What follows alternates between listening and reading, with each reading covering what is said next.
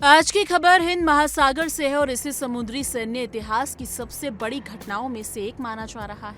यानी कि अमेरिका ने दूसरे विश्व युद्ध के बाद पहली बार किसी सक्रिय सतही युद्धपोत की पनडुब्बी के टारपीडो यानी कि को डुबो दिया है। अब ईरानी नौसेना का मौज यानी कि क्लास फ्रिगेट IRIS डीना था, जो भारत में आयोजित बहुराष्ट्रीय नौसैनिक अभ्यास से लौट रहा था। श्रीलंका के तट के पास अंतर्राष्ट्रीय जल क्षेत्र में हुए इस हमले ने पूरी दुनिया का ध्यान अपनी ओर खींच लिया है।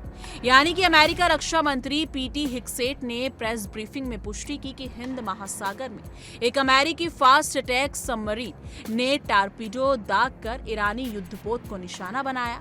उनके साथ जॉइंट चीफ ऑफ स्टाफ के चेयरमैन डैन केनी भी मौजूद थे, जिन्होंने बताया कि इस ऑपरेशन में MK-48 टारपीडो का इस्तेमाल किया गया। MK-48 आधुनिक पनडुब्बी लॉन्च टारपीडो है, जिसे बड़े समुद्री जहाज को गंभीर क्षति पहुंचाने के लिए डिजाइन किया गया है।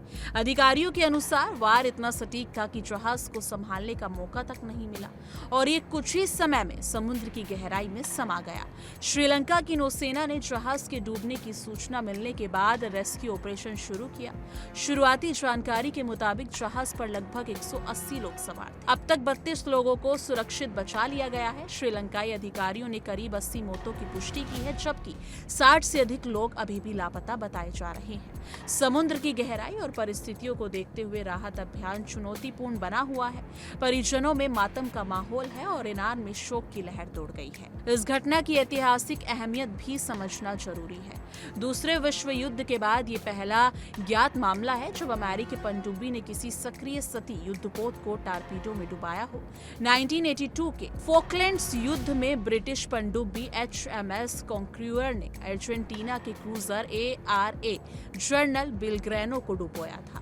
उसके बाद दुनिया में इस तरह की कार्रवाई बहुत दुर्लभ रही है, इसलिए मौजूदा हमले केवल एक सैन्य ऑपरेशन नहीं बल्कि समुद्री शक्ति संतुलन में बड़े संकेत के तौर पर देखा जा रहा है। ईरानी युद्धपोत मोज क्लास फ्रिगेट था, जिसे ईरान अपनी आधुनिक और सक्षम सतही लड़ाकू संपत्तियों में गिनता है। अमेरिकी अधिकारियों ने इशारा किया कि ये कार्रवाई ईरान की नौसैनिक क्षमताओं को कमजोर करने की व्यापक रणनीति का हिस्सा हो सकती है। रक्षा मंत्री हेग्सेट ने बताया कि ईरान को लगा कि वो अंतर्राष्ट्रीय जल क्षेत्र में सुरक्षित है, लेकिन अमेरिका दुनिया में कहीं भी कभी भी सटीक कार्रवाई कर सकता है। इस बयान ने कूटनीतिक हलकों में हलचल मचा दी है। सबसे बड़ा सवाल यही है, क्या ये हमला अंतर्राष्ट्रीय कानून के दायरे में था? अंतर्राष्ट्रीय जल क्षेत्र में किसी संप्रभु देश के युद्धपोत पर हमला गंभीर कानूनी और कूटनीतिक परिणाम ला सकता है। विशेषज्ञ मानते हैं कि यदि इस पर संयुक्त राष्ट्र या बाकी वैश्विक मंचों पर चर्चा होती है तो समुद्री नियमों और युद्ध के प्रोटोकॉल पर कई बहस छिड़ सकती है। दूसरी ओर अमेरिका इसे राष्ट्रीय सुरक्षा के दायरे में लिया गया आवश्यक कदम बता रहा है। भारत के लिए ये घटना संवेदनशील है, क्योंकि ये युद्धपोत भारत में आयोजित अभ्यास से लौट रहा था। हिंद महासागर दुनिया के सबसे व्यस्त समुद्री व्यापार मार्गों में से एक है। यदि यहाँ सैन्य टकराव बढ़ता है तो तेल आपूर्ति, व्यापारिक शिपिंग और क्षेत्रीय सुरक्षा पर असर पड़ सकता है। भारत लंबे समय से इस क्षेत्र को शांति का समुद्र बनाए रखने की वकालत करता रहा है, लेकिन महाशक्तियों के सीधे टकराव से समीकरण बदल सकते हैं। यानी कि कुल मिलाकर हिंद महासागर में हुआ ये टॉर्पीडो हमला केवल एक सैन्य कार्रवाई नहीं बल्कि वैश्विक राजनीति के लिए चेतावनी की घंटी है। 80 से अधिक नौसैनिकों की जान जा चुकी है, कई अब भी लापता हैं और क्षेत्रीय तनाव चरम पर है।